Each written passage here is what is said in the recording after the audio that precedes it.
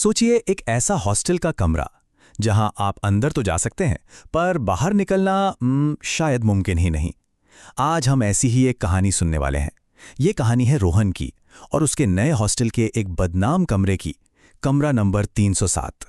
अब देखिए, ये पूरी कहानी ना एक चेतावनी से शुरू होती है। हॉस्टल के वार्डन में जब रोहन को चाबी दी तो बस एक ही बात कही, एक ऐसा रूल जो सुनने में तो बड़ा सीधा साधा लगता है, पर असल में यही रोहन की जिंदगी और मौत के बीच की, आप कह सकते हैं, दीवार बनने वाला था। तो चलिए सीधे कहानी में चलते हैं। एक नया शहर, नया कॉलेज और एक नया कमरा। रोहन उस रात कमरा नंबर 307 में अकेला था और वो इस बात से बिल्कुल अनजान था कि वो कमरा असल में पहले से ही किसी और का घर था। और वो कमरा, अरे उसकी हालत भी कुछ खास अच्छी नहीं थी। दीवारों पर ना अजीब से काले काले धब्बे थे। ऐसा लग रहा था जैसे किसी ने कुछ जलाने की कोशिश की हो। कोने में एक पुरानी सी लकड़ी की अलमारी खड़ी थी जो पता नहीं अपने अंदर कितने ही राज छुपाए बैठी थी। खिड़की भी आधी टूटी हुई थी और सबसे बड़ी प्रॉब्लम, मोबाइल का नेटवर्क बिल्कुल जीरो। मतलब साफ था, रोहन उस रात दुनिया से पूरी तरह कट चुका था। सब कुछ एकदम शांत था जब तक कि उस दरवाजे पर वो दस्तक नहीं हुई, और बस यहीं से वो अजीब सी बेचैनी असली खौफ में बदलने वाली थी। और ये हुआ रात के ठीक 2 बजे। कहते हैं ना, ये वो वक्त होता है जब दिन और रात के बीच की लकीर मिट जाती है और दूसरी दुनिया के दरवाजे खुलने लगते हैं। पहले आवाज बहुत धीरे से आई, ठक ठक ठक। आधी रात में ऐसी दस्तक किसी का भी दिल दहलाने के लिए काफी है। रोहन की नींद तुरंत खुल गई। उसने आवाज लगाई, कौन है? पर कोई जवाब नहीं। तो सवाल ये था कि आखिर दरवाजे के उस पार था कौन? क्या कोई दोस्त मजाक कर रहा था या कुछ और ही था? जब रोहन धीरे धीरे दरवाजे के पास पहुंचा तो उसे दरवाजे के नीचे से एक परछाई दिखाई दी। पर यह कोई मामूली परछाई नहीं थी, ये एकदम गहरी काली थी और उसके पैर उल्टे थे।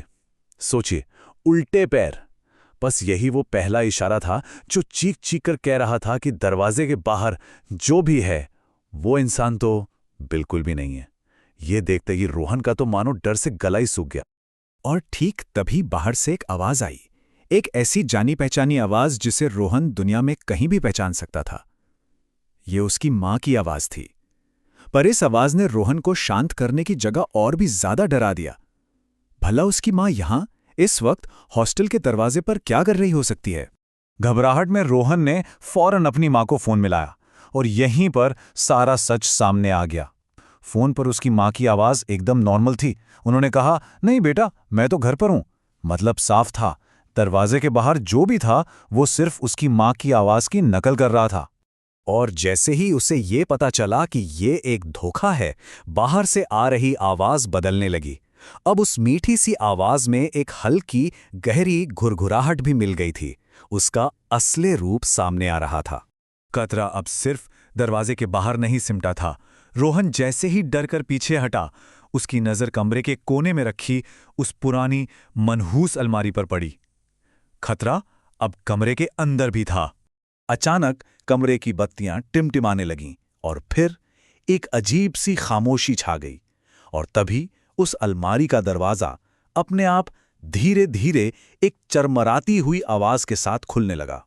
रोहन ने डरते डरते अंदर देखा। अलमारी के अंदर सिर्फ और सिर्फ गुप्त अंधेरा था। लेकिन फिर उसी अंधेरे में 2 लाल आंखें चमकी और फिर उन आंखों के ठीक नीचे से एक लंबा काला हाथ बाहर आया जिसकी उंगलियां किसी इंसान की हो ही नहीं सकती थीं। वो बहुत ज्यादा लंबी और नुकीली थी। रोहन चिल्लाया और अपनी जान बचाने के लिए दरवाजे की तरफ भागा। उसने दरवाजा खोला तो देखा कि कॉरिडोर में कोई नहीं था, बस दीवारों पर खून से लिखा था, 307 छोड़कर क्यों आए। और तभी उसे अपने कंधे पर एक बर्फीला स्पर्श महसूस हुआ। वो समझ गया था, अलमारी से निकली वो चीज अब उसके ठीक पीछे खड़ी थी। और अब शुरू हुई भागने की एक ऐसी कोशिश जिसका कोई अंत ही नहीं था। रोहन एक ऐसे गलियारे में फंस चुका था जो उसे कहीं जाने ही नहीं दे रहा था। वो अपनी पूरी ताकत लगाकर दौड़ा, कमरों के नंबर देखता गया, 301, 302, 303। उसे लगा वो बस गलियारे के अंत तक पहुंचने ही वाला है। लेकिन हर बार वो घूमकर वापस उसी कमरे के सामने पहुंच जाता, कमरा नंबर 307। वो गलियारा एक लूप बन गया था, एक जाल जो उसे बार बार वहीं वापस ला रहा था। आखिर में रोहन थककर जमीन पर गिर गया। उस चीज ने उसके ऊपर झुककर अपनी भयानक आवाज में धीरे से कहा, अब तू यहीं रहेगा। और शायद ये रोहन के सुने हुए आखिरी शब्द थे। लेकिन कहानी यहां खत्म नहीं हुई। वो रात तो किसी तरह बीत गई, लेकिन अपने पीछे एक नया और भी गहरा राज छोड़ गई। अगली सुबह जब हॉस्टल का स्टाफ अपने रूटीन चेक के लिए उस कमरे में पहुंचा, तो उन्होंने जो देखा उसकी किसी ने कल्पना भी नहीं की थी। कमरे के अंदर रोहन था ही नहीं। उसका कोई सुराग नहीं, कोई निशान नहीं, कुछ भी नहीं। ऐसा लगा जैसे वो बस हवा में कहीं गायब हो गया था। कमरे में सिर्फ एक ही चीज बदली थी। दीवार पर खून से एक नया संदेश लिखा हुआ था, अब मैं अकेला नहीं हूं। इसका मतलब बिल्कुल साफ था। उस कमरे में रहने वाली बुरी आत्मा को एक नया साथी मिल गया था। तो सवाल अब यही है कि रोहन के बाद कमरा नंबर 307 अपना अगला मेहमान किसे बनाएगा? और क्या कोई कभी उस कमरे के भयानक राज से पर्दा उठा भी पाएगा, या फिर यह सिलसिला यूं ही चलता रहेगा?